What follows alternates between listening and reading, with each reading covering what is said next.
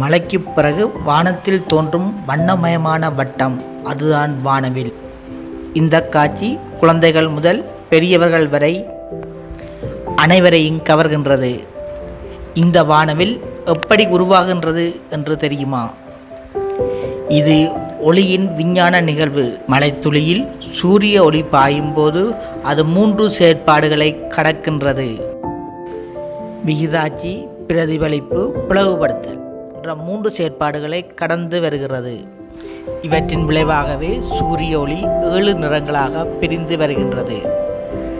சிவப்பு, ஒரேஞ்ச், மஞ்சள், பச்சை, நீலம், ஊதா, இண்டிகோ என்று 7 நிறங்களை உள்ளடக்கி வருகின்றது.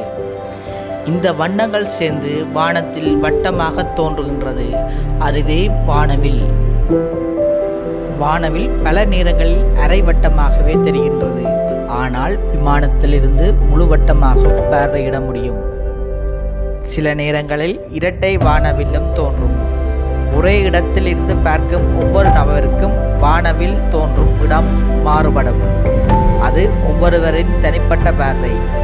இது இயற்கையின் வண்ணமயமான அதிசயம். இது போன்ற அறிவியல் உண்மைகளை தெரிந்து கொள்ள எமது சேனலை சப்ஸ்கிரைப் செய்து கொள்ளுங்கள். வானவில்லை போன்று உங்கள்